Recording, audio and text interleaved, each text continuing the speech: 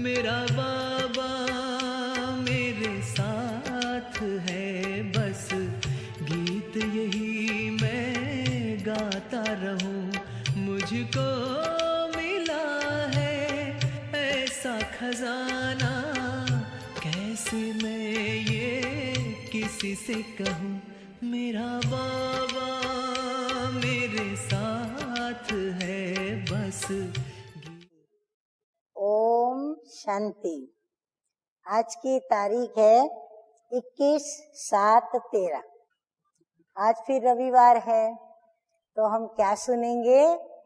प्राण प्यारे अव्यक्त मूर्तधारी अव्यक्त बाप दादा की अव्यक्त वाणी सुनेंगे।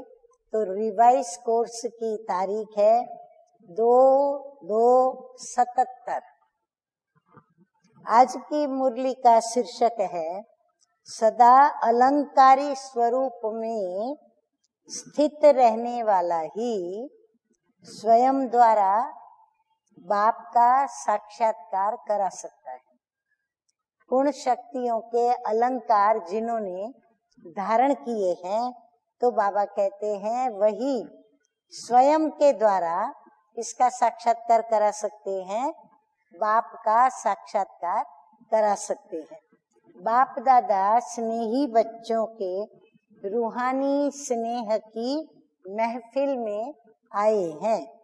ऐसे रूहानी स्नेह की महफिल कल्प में अब सिर्फ संगम युग पर ही लगती है, और किसी भी युग में रूहानी बाप और बच्चों के स्नेह की महफिल नहीं हो सकती है। इस महफिल में अपने को पद्मा पदम भाग्यशाली समझते हो कि इस महफिल में बाबा ने हम बच्चों को भी बुलाया है। तो ऐसे श्रेष्ठ भाग्य जो स्वयं ऑलमाइटी अथॉरिटी बाप बच्चों के इस भाग्य का वर्णन करते हैं, स्वयं भगवान हमारे भाग्य का वर्णन करते हैं। ऐसे भाग्यशाली बच्चों को स्वयं बाप देख देख हर्षित होते हैं। तो सोचो ऐसा भाग्य क्या होगा हमारा। भाग्य को सुमिरन करते ही बाप की सिमरनी के मन के बनते हो।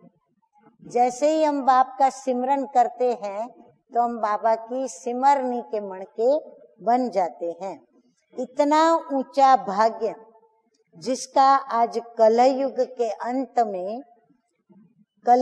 अंत में भी सिमरन करने वाले भक्त अपने को भाग्यशाली समझते हैं।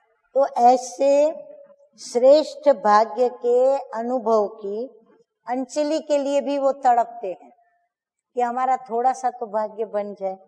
ऐसे भाग्यशाली हो जिनके नाम से भी अपने जीवन को वो सफल समझते हैं। अगर वो उनका नाम भी ले लेते हैं, जैसे राम, कृष्ण, राधा, शिव, भोलानाथ, ऐसे नाम भी अगर ले लेते हैं तो अपने जीवन को सफल समझते हैं। तो सोचो ये कितना बड़ा भाग्य है। अच्छा, ऐसे सदा अलंकारी, हाँ, फिर है निरहंकारी, फिर है निराकारी स्थिति में स्थित होने वाले, सदा के विजयी, सदा जगते हुए दीपक, विश्व को रोशन करने वाले दीपक, बाप दादा के नैनों के दीपकों को बाप दादा का याद प्यार और नमस्ते। हम रूहानी बच्चों का रूहानी बाप दादा को याद प्यार, गुड मॉर्निंग और नमस्ते नमस्ते। वरदान है आज का, सेवा की भावना के द्वारा अमर फल प्राप्त करने वाले। वाह! सेवा की भावना के द्वारा अमर फल प्राप्त करने वाले, सदा माया के रोगों से मुक्त भव। जो बच्चे संगम युग पर प्रभु फल, नोट करें, संगम युग पर प्रभु फल, अविनाशी फल और सर्व संबंधों के स्नेह के रस वाला फल खाते हैं, वे ही सदा माया के रोग से मुक्त रहते हैं। और फल तो सतयुग में मिलेंगे और कलयुग में भी मिलेंगे, लेकिन सेवा की भावना का प्रत्यक्ष फल, प्रभु फल अगर अभी नहीं खाया तो सारे कल्प में फिर कभी नहीं खा सकते। ये फल ईश्वरीय जादू का फल है, ये कोई कॉमन फल नहीं, प्रभु के जादू का ये फल है। जिस फल को खाने से लोहे से पारस तो क्या, लेकिन हीरा बन जाते हो। बाबा कहते हैं लोहे से पारस ही सिर्फ नहीं, लेकिन तुम अमूल्य हीरा बन जाते हो। ये फल सर्व